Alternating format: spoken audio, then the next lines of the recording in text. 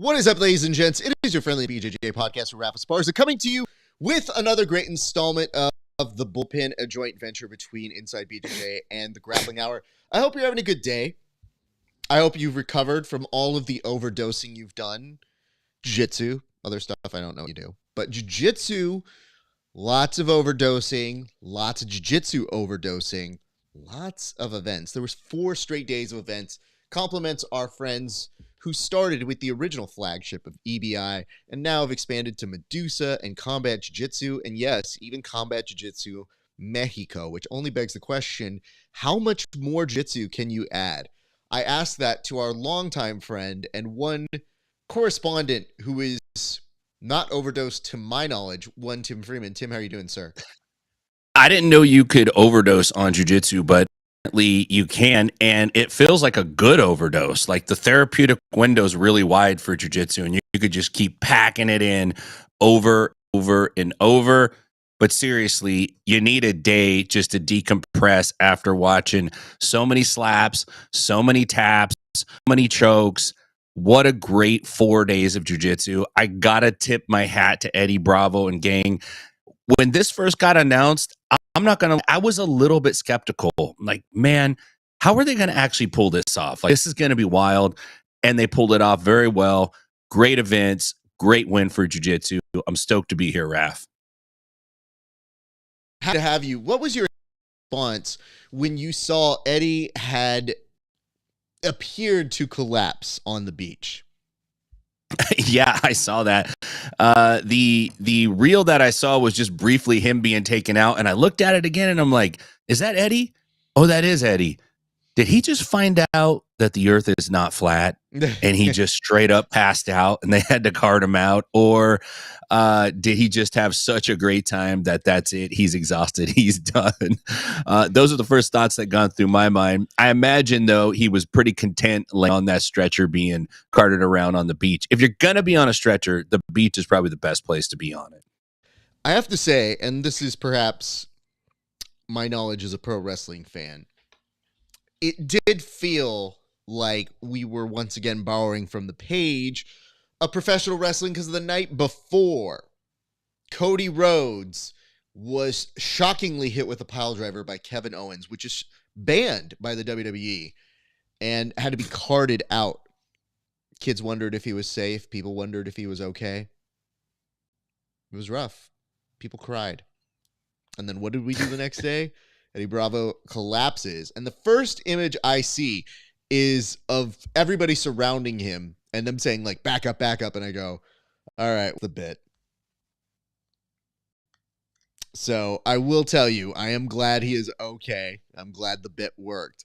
And I see a note here from Tiago Rizzi that says, no microdosing in jiu-jitsu any longer. We should all go for overdosing. Thank you for that comment. I should point this out, though. They did say that they're adding one element at the end of last night's show. Did you hear what they're going to add to next year's Jiu-Jitsu Overdose? No, I didn't catch that. What I'm curious to hear, though, it's like, what can they add? If it's coming from this gang, it's got to be an interesting twist. So at the very end of it, Eddie said, next year, we're going to add a rave. Now, listen, as it is, they inverted the structure and had an open mat late at night. And I was thinking, like, you know, that's kind of cool, but I don't know that is what I want to do at the end of the day. Nonetheless, you take the training where you can get it, especially on those incredibly busy weeks. So I'm glad we got to have a little bit of playtime. But when he mentioned Jiu-Jitsu Overdose is going to have a rave next year, I thought to myself, could really imagine was the rave from Matrix and how unnecessary it is. And I go, it'll probably be something like that. Yeah, when I rave, I think of the rave. Listen, nothing good happens at a rave. Woodstock 99 also had a rave at the end of each night, and we saw what kind of train wreck that was. So if we're going to be raving with jiu-jitsu guys, like, what if somebody's out there kung fu dancing? Like, it could get scrappy real quick. You know, you bring up a good point. And it's that we cannot be trusted in this sport. Having said that, I would love for you to go ahead and take the lead, sir, and tell us your interpretations of what happened. We did crown a new combat jiu-jitsu world's winner. And when I say new, it was definitely somebody who may not have been on a lot of people's bingo cards, but nonetheless should have been, considering what an excellent performance he had. So, Tim, what was your interpretation of what happened yesterday, sir? So, and I'm honest, I'm going to tell the truth. My first word thought for Matt Mash was Spicoli. This is what I crowned this kid as. And he came out in his first match and looked fantastic against Randy Baker. Had great, and Randy Baker's got good wrestling too, but Mash's wrestling to jiu-jitsu ratio, I think, is tuned just right for combat jiu-jitsu. I could see him maybe getting in a little trouble with pure jiu-jitsu without the strikes, but especially in the overtime positions. But when you throw those strikes in with his style of grappling, man, it's almost the perfect mix. He looked great in the beginning, and I realized at that point that I had made a fatal error in my calculation. Overall, I thought it was a good event. A few guys really stood out. I thought Ben Eddy looked really fantastic. He walked away with 3 submissions, made it to the final, hit his opponent, I believe it was Barzola. I think that's how you say his name. Yeah, Barzola. He hit him with a dead orchard. And then his next match, he had to fight Nate Orchard, who is the creator of the dead orchard. And he walked away with a Scottish twister. I don't know the difference between a Scottish twister and an English twister, but I'm assuming there's some kind of rub in there somewhere. But Ben Eddy looked really fantastic. Other things that jumped out to me, one was this. Our guy that we had, Christos Papadopoulos going up, and he beat Diallo. He won in overtime. He got his hand raised, but could not continue due to the damage that he took during the match. The striking looked so much cleaner, so much crisper. It felt and it looked like MMA to me on the ground. I mean, these guys were landing serious palm strikes, not just to the face, to the body, to the thigh. I saw dudes hitting each other in the kidneys and the liver.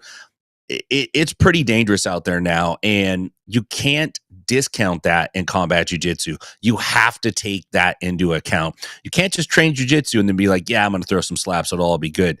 I don't think so, man. I think those days are over. So we're starting to see a little bit of an uptick in the guys that are coming into combat jiu-jitsu. We crowned some new stars. We got some new guys out there. So, man, overall, I thought last night was a 10 out of 10. Thank you for that, Tim. Just to kind of go back and correct the record, I think you were saying something to the effect of you were giving that word a Spicoli for Matt. And if you look at the photo, it's not really your fault. Like, he did look like a Spicoli. Also, the kid's only, 19 years old? And he was already a CJJ vet. So he had done this before, but it was incredible to see him because let's go through the order of operations here. You mentioned Nate Orchard. Nate looked like he might have also had a run back that championship. And he was close. He got stopped by Ben Eddy in overtime. But for that match with him and Ben Eddy, when he got to mount, he looked like the Nate Orchard we all know and feared for many years in competition. So shout out to him. I thought that was pretty impressive. And if we're talking about stars, we should also bring up JJ, who, from Jay Pages, made a huge name for himself in defeating Keith Kokorian. Now, Keith, obviously a longtime friend of our show, a competitor, no stranger to like high-profile matches. You know, it was kind of surprising to see him go out. I looked at the video again, and I thought it looked like Keith was tapping, or at the very least trying to before going out, because he did kind of do that Brazilian one-hand tap. And then maybe a few seconds later, they stopped the match, and I'm glad that they did. But not to take anything away from JJ, I just saw what he was doing. He went out there, he got his finish, and even though he didn't advance, he probably created the most viral moment, I think, from that entire tournament experience. Yeah, you're probably right. And if I'm not wrong, JJ's like 17 or 18 years old also. It's it's the rise of the kids. We're starting to see these kids who have been training in jiu-jitsu and in wrestling. Some of them have been striking since they were young, and now they're coming up combat jiu-jitsu. And these guys are studs. Like, if you're a 30-year-old man, it's real easy to think hands on this dude, and he's never felt my old man strength. If you can catch him. And JJ was aggressive, man. He had good aggressive jiu-jitsu. He got in Daramima's face. He was super, super on it against Keith Krikoran, who Keith is not. I mean, I've had the pleasure of rolling with Keith a long time ago when he was a purple belt. He was super hard to deal with then. I can't imagine where he's at now with the experience that he's picked up. So that's a big feather in JJ Bauer's cap. Obviously, we love Keith. It sucked to see Keith go out like that. But yeah, I'd agree with you. I think at all the surprises, that is probably the biggest surprise and the biggest viral moment. And I think you were asking the difference between an English and a Scottish twist. Yeah. It's just alcohol. And in it. That's it. One purports that they can hold their liquor better, but I won't get into that. I would tell you, those two impressed me. Obviously, we had some interesting moments all the way throughout. I think there was a number of finishes in that first round, and you ended up seeing people like Max Hansen do well. And not to say Nathan Orchard making short work of our friend Javier Garcia as well. Like, it started very intense for that tournament. Yeah, I agree with you. I think there were 7 submissions in the first 8 matches. The only one that went to decision was Christos Papadopoulos. And I mean, that was a banger of a match too. That wasn't like a boring decision. That was I don't want to go get chips from the kitchen submission or decision because I want to see what's going to happen here. Like, this is too crazy. The other thing to note is with Christos, I noticed something was off when they were doing the hand raise. And it kind of stuck out to me because I saw he was continuously putting his hands on his knees, and he didn't look like the Christos that we know. He's obviously an excellent competitor, but then when they showed the video, he seemed to suggest like they were hitting him in the back of the head.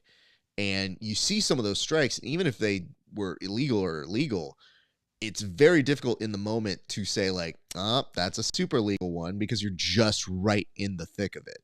So that kid definitely toughed it out. And I sent him a message and he goes, "Don't worry, guys, I'm fine." I was like, "Are you really though, dude? Like you should not be on your phone today if you took any concussion symptoms." He's like, "I'm fine." So yeah, no. What I know, he's okay. You mentioned the slaps to the back of the head. The other thing that I saw was a lot of downward slaps where guys were clipping their opponent with the elbow and with their forearm. Quite a few of those, which, if you're not cheating, you're not trying. I'm a big proponent of that. But at the same time, that's a little dicey. I wonder if maybe certain strikes become like, hey, you can't strike in that format anymore. I hope they don't do that. And the up kicks were like, man, the up push kicks were just right on line of like, what is a kick and what's a push off? We're right there. We are still figuring that part out. But nonetheless, those were some of the big moments that kind of came to me. And yeah, so I definitely wanted to give a shout out to Christos. I'm glad he's okay. Shout out Keith. Hope you're okay. JJ, excellent performance. Nathan Orchard still surprising us after all these years. Like, if you're going to grow old, you're growing old at pace because he's still in the thick of it. And this is a dude who we've talked to multiple times on my show. And he's always been like, I don't know how much more time I got left in me. That was like 4 or 5 years ago. So clearly it is not stuck. Yeah, he's a real ninja. He really is. Like, if you had to fight anybody in a street fight, you could bring any weapon and do any technique. He would be the guy on that list that I would want to mess with. He's just too tricky. He's too clever, and he's dangerous. Yeah. I'll ask this to you, Tim. Who, or what match, I should say, impressed you the most? Like, what was the best match at yesterday's CJJ Worlds? The one that impressed me the most, I don't know if this is going to be everybody's best match, was seeing Matt Mash defeat Max Hansen with an armbar in overtime, because you you don't typically see somebody outwork Max Hansen. He's a dog. And I'm not saying he phoned it in, because he did it. But by the end of the regulation time, he was visibly tired. He was like, damn, I got to get down on the ground now and let monster kid on back and figure out a way to get off of.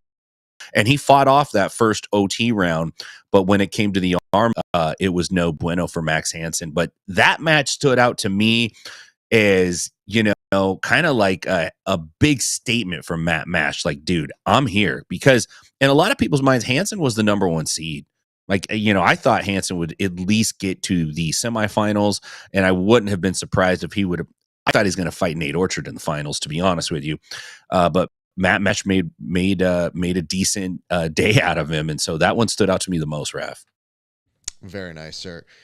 So I wanted to bring it back to this part of the conversation, which is, Christos got me thinking. I feel like he's somebody I would have slotted to regular EBI, but I was going to ask, was there anybody from EBI, or maybe perhaps you saw throughout the week, that you would have slotted instead to CJJ? Oh, that's an interesting question. I think I would have really liked to see Jet Thompson in CJJ. I just like to see what his game is like if he can start throwing hands, because he's rowdy. He likes to get after it. I think he has an untapped mean streak in him that we quite haven't seen yet. And I'd like to see that come out. I would like to nourish that.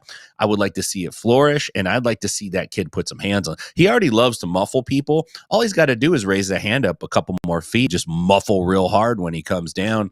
I think he's a great candidate to do some combat jiu-jitsu. It's weird. And I don't know how well this one will be received. But it occurred to me that one person that could have been slotted over would have been Ernesto from EBI to combat jiu-jitsu. Because from what I've seen, from what he does, I don't know if he has hands or not. I just know he's pretty aggressive. And I felt like at EBI, he wasn't going to get past that time. But it made me think, if this was under combat jiu-jitsu rules, who knows?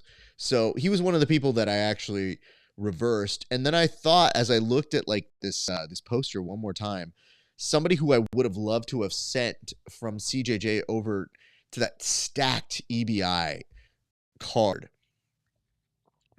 I mean, honestly, it probably would have been Max.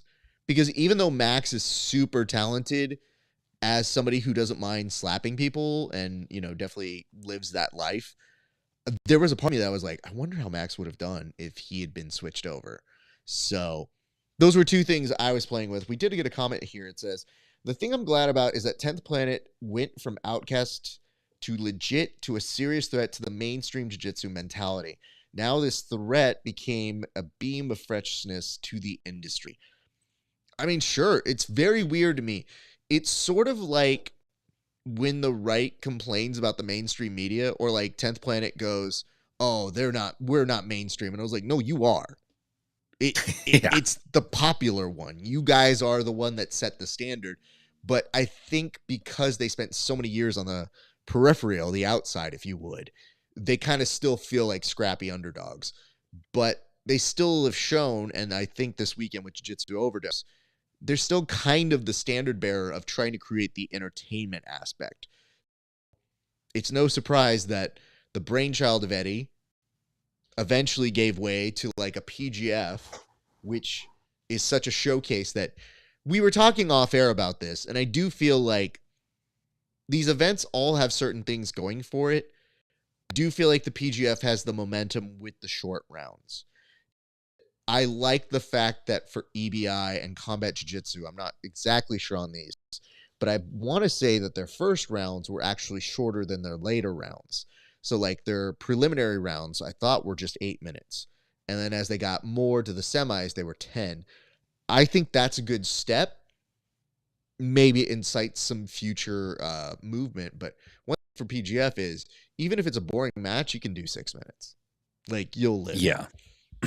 Yeah, and I think you are right about that. The matches did get longer at EBI as they move through the brackets. And, there were some times when this was PGF, the flag would have been thrown for sure right now.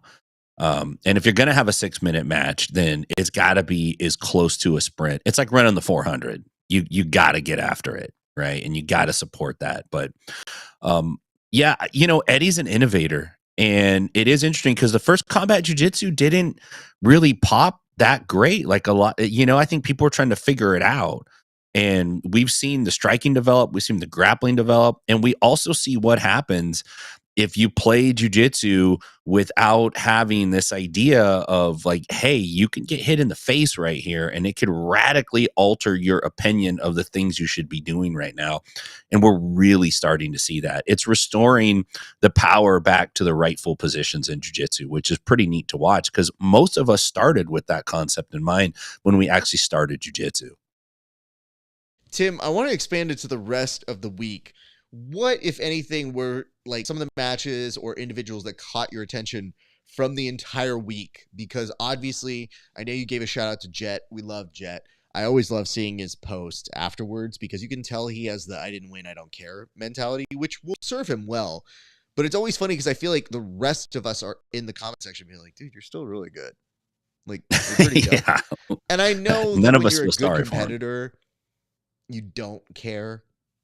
But the rest of us can't not say anything. Like, it's too impossible for us not to categorize the achievements of what he does. But nonetheless, I wanted to ask if you had anybody else who impressed you over the past 4 days.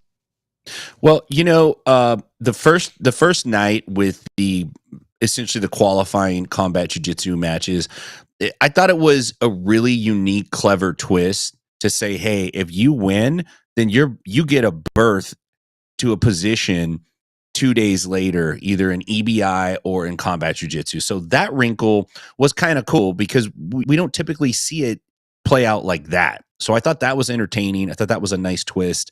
When it came to Medusa, a few things happened. One is surprisingly, Kaya Jackson lost, which was kind of a shock to me. I felt like she would be one of the front runners. Valerie Wong showed up big time, right? And seriously made a name for herself, put her stamp on that division. So I thought that was a pretty big bump up for Medusa. And then obviously EBI, seeing Alan Sanchez, who's a great dude, someone I know personally, someone I've had the pleasure of training with times. It was just a real pleasure to see him go out there and be so focused and implement his game. And probably, out of all the 10th Planet guys, and this is no disrespect to any of the 10th Planet homies, I love all those guys. Alan really displays like the pure 10th Planet stuff that Eddie shows. He's putting it out there in the way that Eddie wants people to do it. Alan's doing it. He is the perfect example of that. So I was stoked to see him go out there. I did want to see Jet Thompson move further in the bracket, but Sanchez just looked great. Kevin Buring, I thought, looked fantastic. He's had a big bump up in his game as well. He's really making a name for himself. All those guys out of 10th Planet Atlanta are seriously starting to make some noise, and that was pretty cool to watch as well. And then obviously when we get to combat jiu-jitsu, just seeing Matt, I had not seen Matt Mash before. I know he made it to the finals in a previous combat jiu-jitsu. Maybe I watched it and it just didn't register, but seeing the ratio that he had of like strikes to wrestling to jiu-jitsu, it just felt dialed in at the perfect spot. And I think he really set the standard for like, if you're gonna be competitive in combat jiu-jitsu, you need a game that's kind of like this or close to it. It can't be all jiu-jitsu. We know that it's super hard to go out there with all jiu-jitsu, and it can't be all strikes, but it's got to be like the right kind of twist on it. And I felt like that. The other thing is we saw some stars born. We saw some names pop off, and these guys are launching their careers into the jiu-jitsu stratosphere, which is a great thing to watch, namely because guys like us have been watching EBI and combat jiu-jitsu for 12 years, 15 years now, and it's pretty cool to see that it's still around, it's still super relevant, and it's still producing big-time stars. Thank you for that. I'll add another one to that list, which is going to be, if you really think about it, we somehow have not really gotten to drop this person, but it should go without saying, shout out Chris Wojcik. Chris Wojcik still looked incredible. I mean, if you think about this, runner-up at PGF, runner-up at Combat Jiu-Jitsu, EBI. You look at those two different performances, and you're thinking to yourself, like, man, this dude, he may joke that he, like B-Team, keeps getting silver, but the performances are incredible each time. And I think it's hard to overstate just how close he is. He's like really, not just within that conversation, I think we already believe him to be good. It's just, something is right around the corner for him. And I don't know what it is, but shout out to him. You mentioned Val. She did awesome. Aislinn O'Connell, of course, repeating her success.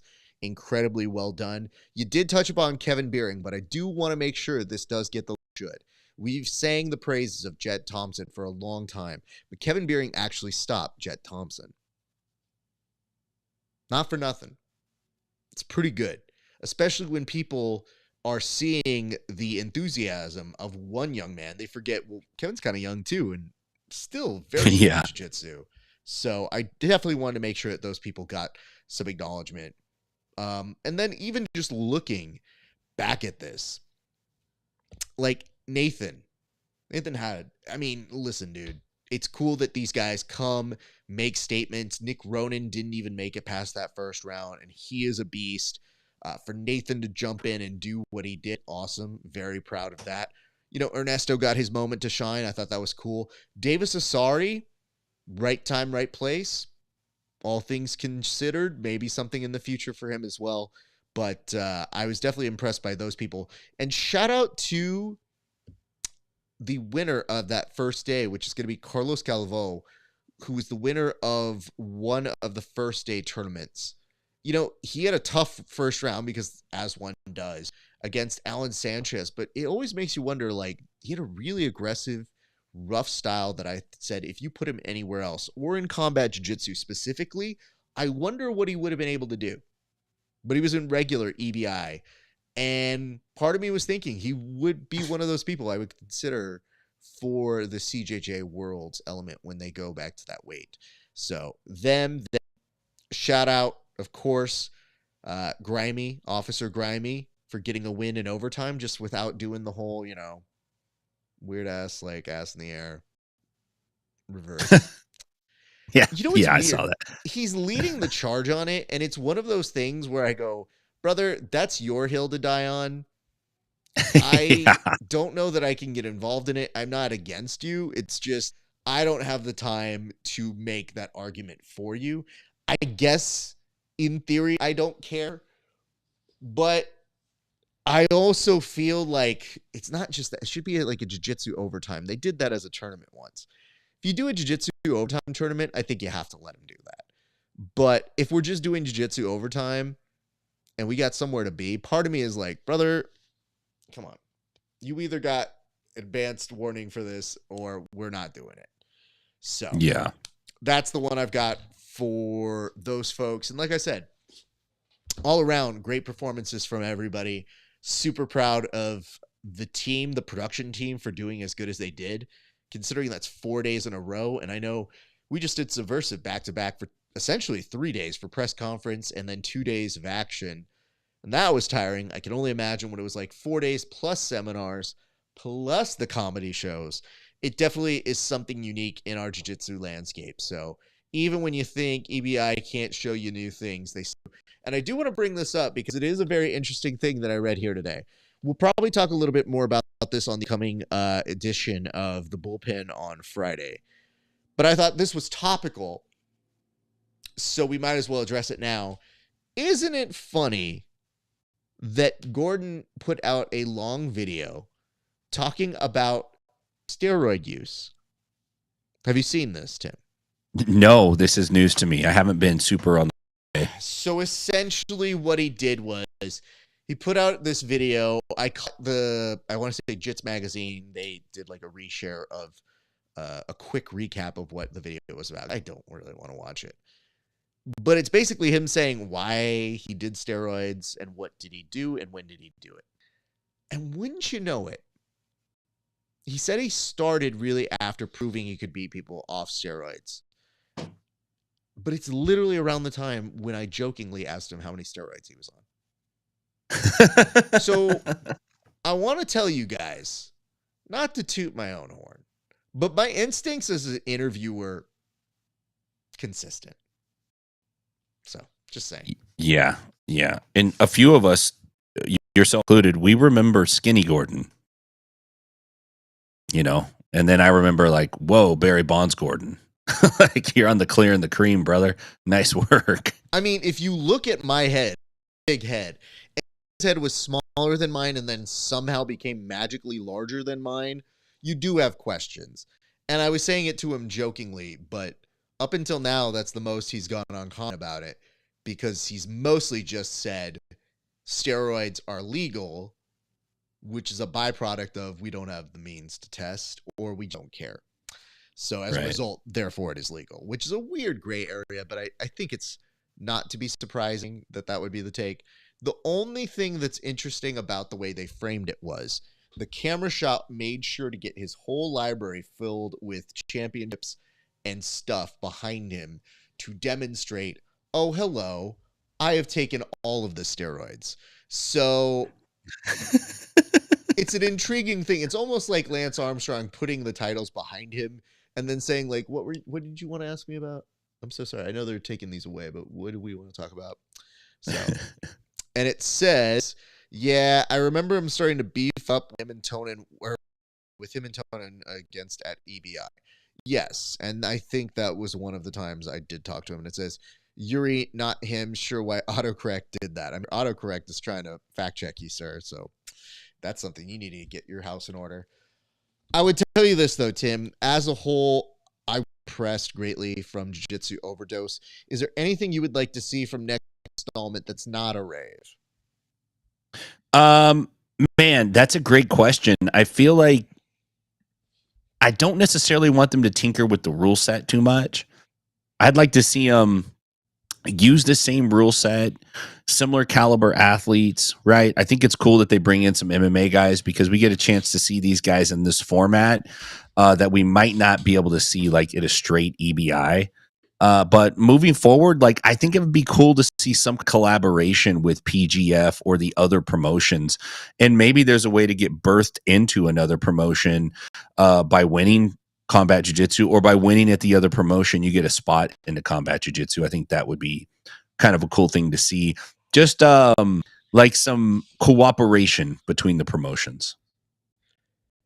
And I don't think we're far off from it, because we're already at a place where PGF is doing their collaborations with Enigma, and I feel like now they're letting Enigma host their prelims or their qualifiers. So it could be down the line. Maybe PGF gives you a supplied winner. The weird part about this was people who didn't even win PGF were somehow in the fold. So we may need to figure out how these talent pools, because it felt like if you were on PGF, you had a shot. You had a 50-50 shot of being chosen for an ABI participation. So it may already be there. There's one thing I would like to say, and this is something I thought about long and hard, and I know I still might be in the minority here, but hear me out. I do think it is something that bears some importance. Guys, I don't know if fight pass metrics are. I would love to know them. I would love to know the numbers. I'm just willing to bet from the talent pool that you had for EBI, it should be the Sunday event. I think you switch EBI and combat jiu-jitsu. Now, perhaps you do it because you think it's the most exciting one. I thought EBI Original Crispy was just fine enough. Now, yesterday's combat jiu-jitsu was good. There were some good narratives that happened. I'm just at the place where I feel like we should be elevating EBI to its legendary status. We were so stoked to have it return. Maybe it doesn't do the numbers, but I don't think it's far off. And I would love to see somebody show me the numbers that say more people tune into combat jiu-jitsu, because I don't have that information. And as a result of it, I feel like it's a attempt to put combat jiu-jitsu over EBI. Now, perhaps that's a Fight Pass thing, but to the people at Fight Pass or to whoever is behind these decisions, let me just implore you. You had too stacked of an EBI roster to not give it the last day showcase. And maybe you do it because you think to yourself, hey, I might want to give these guys a break if they did a qualifier for CJJ Mexico and maybe they need that extra day so that they'll be able to recover or induce the CJJ thing on the final day. I just, for whatever reason, I'm way more into ending with an EBI Classic. That's just me. Maybe I'm wrong, but I think you would probably find more people would have been at their homes on a Sunday, which, by the way, traditionally the highest day for television viewing. That is statistically true. So why would you not do that? Saturday, Christmas years, I don't know as much. I think you give it the showcase, and I think you call it a day. I'm just saying. Yeah. I don't think that's a bad idea. I mean, Sundays for jiu-jitsu, Saturdays for fights. So Saturday night, put the fights on. Sunday, let's watch them grapple. That's how I always feel. You know, I mean, listen, fights are going to happen on Saturday anyways in CJJ. So you can do that. You can have somebody who might want to get a little bit of a double dip. They might watch the prelims for UFC and then stumble on this. Who knows? I just cannot help in the back of my mind keep seeing CJJ get the last day and think like, this feels right. Because to me, it does not fully feel right. So again, show me the metrics and I'll never question it. Well, that's not true. I'll probably still question it. I'll still question it each time, but I would love to see the metrics prove the science behind it because we're famously in a don't release metrics, so it's just on like no, nobody wants to watch that. They want to watch this on Sunday, and I go prove it. That's all. So that's where I'm at. Tim, do you have any final thoughts that you would like to share about this week and the week that it was? Yeah, overall, I thought it was a big win, and they're already taking deposits for Jiu-Jitsu Overdose 2 coming up. So you have the opportunity to do that. It's going to be in Puerto Vallarta, which is a great setting, great place to do it. I know it's a little tricky to get down to Mexico, but Mexico's pretty much the closest place you can pull off an event like this without having the athletic commission probably breathing down your neck the entire time. Outside of that, their aim that I wanted to make sure we give some love to, and that's Caleb Crump. This guy is continuing to improve. He's continuing to get out there. And I liked what I saw out of him this week. And I think he's a guy to keep an eye on. He's hungry. He's determined. He's putting the work in. And I was really happy for him to see him get a chance to get out there and get after it. And I think he's going to make even more improvements. We're going to hear a lot more from him in the future. Excellent note. Thank you for that, Tim. Why don't you tell people where they can find you on the interweb, sir? You can find me at InsideBJJ.com, all the social media platforms, all that business. If you're out in Nashville, come see me at 10th Planet Nashville. If you're out in Stockton, please check out our sister school, 10th Planet Stockton. And Tim, you are here uncontested. There is no Kevin. Yeah. You guys are head to head. Would you like to make an appeal why people should vote for you for the Running the Gauntlet bracket? Normally, I wouldn't do that. I don't like to talk about people behind their back, but Kevin's not here, which shows you how much he cares about your vote. First of all, he's not even here. He's basically running a campaign from his kitchen, more or less. I'm here. I'm a man of the people. I'm a man of the jiu-jitsu community. I've been around for a long, long time, and I think it would behoove you to put a guy like me over a guy like Kevin. Kevin's got the looks. Kevin's got the personality, kind of. Kevin's got, he's grappling. He knows all these guys. He's doing all this stuff. But the reality is Kevin doesn't care about you like I care about you. I care about your jiu-jitsu. I care about your love for this sport and growing this martial art and sport. And I think it would be a kind gesture to give that love back to me. Tim Freeman from Inside BJJ. So when you go to your voting booth, remember Tim Freeman, Inside BJJ.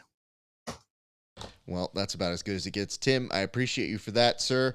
I will talk to you off air here in a second, but great work as always. And thank you to everybody for tuning in. I got to tell you this. Jiu Jitsu Overdose was a blast. We are happy that we were able to check out their intensive amount of programming that they had throughout the week. And we look forward to the next installment. Hopefully next time we can actually be there. That would be fun. I mean, if we're going to be the official pre and post show, it would make sense. But nonetheless, we're happy to be involved, and we're happy that they gave us the call and the nod to go ahead and do some analysis for them. And we look forward to what's to come for that event in the future. But that's not it. There's obviously going to be more combat jiu-jitsu and EBI in the very near future. But just to tell you the things that are coming up, Grappling Hour, we got a lot of stuff coming up. We got a lot of interviews. I am conducting a whole bunch before Christmas, so keep an eye out for that. I believe my interview with Rafael Jimenez Jr. goes up on Thursday. That's going to be a blast. And then the following week, we got Jacob Howarth, who is going to be on the show, or at least you guys can see it for free. That's what it is, because it's already on Patreon. If you go to patreon.com/grappling hour, you would have already seen it. But if you don't, you got to wait for it to be for free. Nonetheless, everybody, that is going to do it for us here at the Grappling Hour. Thank you so much for tuning in. We hope that you guys have a fantastic rest of your day. It's been a great day for grappling. We'll see you back on the mats.